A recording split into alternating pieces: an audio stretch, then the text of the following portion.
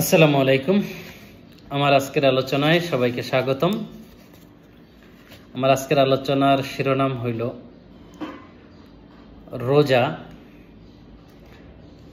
বিজ্ঞান কি বলে।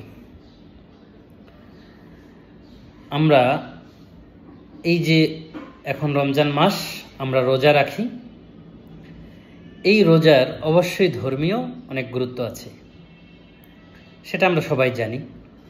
কিন্তু একজন চিকিৎসক হিসেবে আমার মনে হয়েছে যে এই রোজার যে বৈজ্ঞানিক যে গুরুত্ব, বৈজ্ঞানিক যে ব্যাখ্যা, সেটা আমার একটু আলোচনা করা উচিত। তো আমি এক নম্বরেই একজন বিজ্ঞানীর কথা উল্লেখ করব। 2016 সালে বিজ্ঞানীর ওশনি, জাপানিজ একজন সায়েন্টিস্ট, তিনি অটোফেজি নামের একটা তত্ত্ব দেয়। সেই তত্ত্ব দেওয়ার ফলে তিনি 2016 সালে নোবেল প্রাইজ অর্জন করে। তো এই অটোফেজি তত্ত্বটা আসলে কি? অটোফেজি বিষয়টা হলো আমাদের শরীরের যে ড্যামেজ, অ্যাবনর্মাল এবং ওল্ড যে পুরনো যে সেলগুলো আছে, সেগুলো রিসাইকেল সিস্টেম, সেগুলো ব্রেকডাউন হয় এবং রিসাইকেল হয়। অর্থাৎ আমাদের ভালো কোষগুলো সে এই যে রেস্টিং অবস্থায় থাকে, ফাস্টিং অবস্থায় থাকে, তার ক্ষুধা লাগে, সেই খারাপ নষ্ট কোষগুলোকে কি বলে, সে খেয়ে ফেলে। তো এই অটোফেজি যে তত্ত্ব, এটা কখন হয়? এটা নর্মালি আমাদের শরীরে হয়, ন্যাচারাল একটা প্রসেস, এটা সবসময় হতে থাকে। কিন্তু আমরা যখন ক্যালোরি রেস্ট্রিকশন করে দেই, অর্থাৎ আমরা যখন খাবার দাবার খাওয়া বন্ধ করে দেই, বা আমরা যখন এই যে ফাস্টিংয়ে থাকি একটা নির্দিষ্ট সময়, তখন এই যে অটোফেজি প্রসেসটা এটা আরও ত্বরান্বিত হয়, যার ফলে আমাদের শরীরে ক্যান্সার সেল তৈরিতে বাধা দেয়। প্লাস এটা আমাদের কিছু রোগ আছে, যেমন নিউরোডেজেনারেটিভ রোগ, ডায়াবেটিস মেলাইটাস, এইটা হইতে প্রিভেন্ট করে। তাহলে এইটা গেল আমার এক নাম্বার উপকারিতা, খুবই গুরুত্বপূর্ণ, যেটার জন্য নোবেল প্রাইজ পেয়েছিল।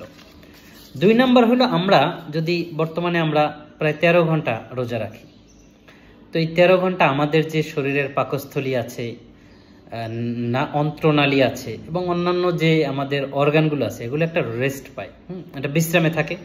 তো আমরা সবসময় জানি আমরা যখন দীর্ঘক্ষণ কাজ করি, তো এই কাজ করার ফলে আমাদের শরীরের যে ক্লান্তি হয় বা অবসাদ হয়, এটা আমরা যদি একটা বিশ্রাম নিই, তাহলে আমরা পরবর্তীতে আমাদের কাজের যে আবার এনার্জিটা ফিরে পাই। ঠিক আমাদের এই যে আমাদের পাকস্থলী বলেন, অন্ত্র বলেন বা লিভার বলেন, যকৃৎ বলেন, সবাই যখন একটা বিশ্রাম পায় একটা নির্দিষ্ট সময়, তারপর কিন্তু সে আবার খুব ভালোভাবে অ্যাক্টিভলি আমাদের কাজগুলো করতে পারে। আরেকটা তত্ত্ব দিয়েছে ডাক্তার শেলটন। তার তত্ত্বটা ছিল সুপিরিয়র নিউট্রিশন একটা তত্ত্ব, সুপিরিয়র নিউট্রিশন। তিনি বলছে কি, যে আমরা যখন ফাস্টিং থাকি তখন আমাদের সেলফ ডাইজেশন এবং অ্যাবজর্পশন হয়। আমাদের প্রোটিন বলেন, ফ্যাট বলেন, কার্বোহাইড্রেট বলেন, আমাদের এগুলো সেলফ স্বয়ং পাচিত হয়, নিজে নিজেই পাচিত হয়ে যায়, নিজে নিজেই ডাইজেস্ট হয়, নিজে নিজেই অ্যাবজর্ব হয়। এটা আমাদের শরীরের জন্য উপকারী।